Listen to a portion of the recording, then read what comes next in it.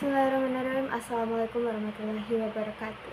On this wonderful occasion, I would like to introduce myself first. My name is Azifah Karamah with ID number 20400124007, and I made this video formally to complete the assignment 12 by the syntax concept. So without any further ado, let's get started to the question number 1. So question number 1 is, what structural rules differentiates yes or no question from declarative sentence in English? So my answer is the main structural rule that differentiates yes or no question from declarative sentence is subject auxiliary inversion. In a regular declarative sentence, the subject comes before the auxiliary verb, as in she is studying. However, in yes or no question, the order is reversed by is she studying? According to the lesson, this inversion signals that the sentence is functioning as a question rather than statement. English relies heavily on inversion because its word endings do not change to mark question. Without inversion,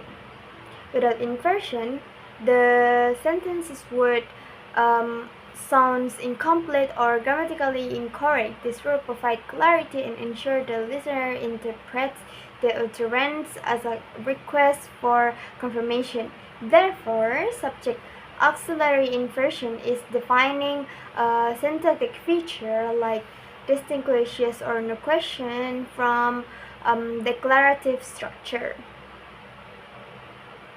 As the question number 2 is, why is the auxiliary verb do require is forming yes or no question when the main verb is not an auxiliary or verb to be? When the main verb is neither an auxiliary nor the verb to be, English requires that the use of do support the form question. This means that the auxiliary do not instantiate to allow inversion, since main verb cannot move to the front of the sentence. For example, the declarative is she likes coffee becomes does she like coffee?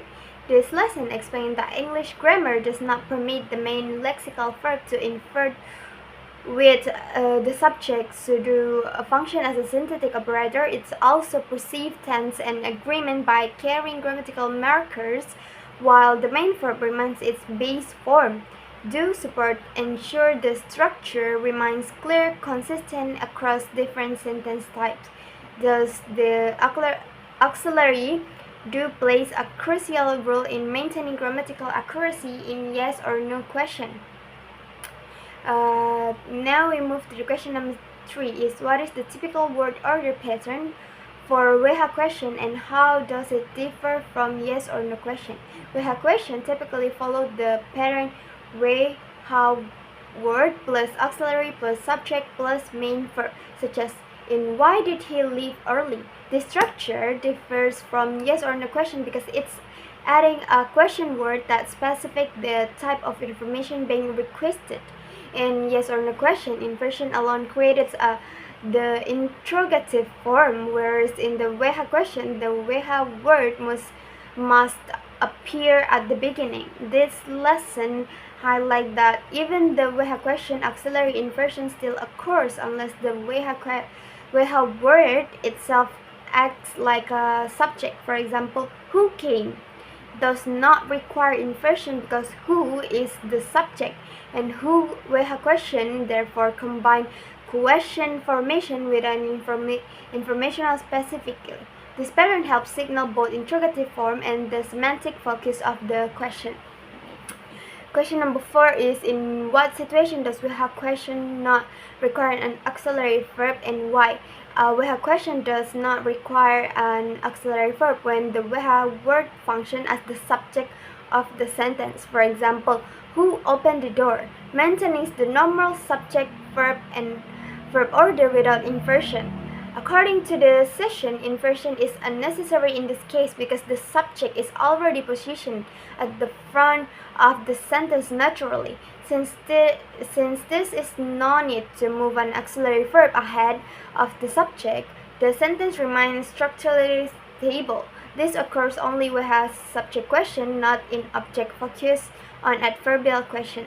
The absence of auxiliary does not reduce the clarity because the weha word itself identifies the missing subject. Therefore, auxiliary verbs are omitted when the weha element replaces the subject role. And now we move to the last question. How does syntax of indirect question differ from the direct question in terms of subject auxiliary inversion?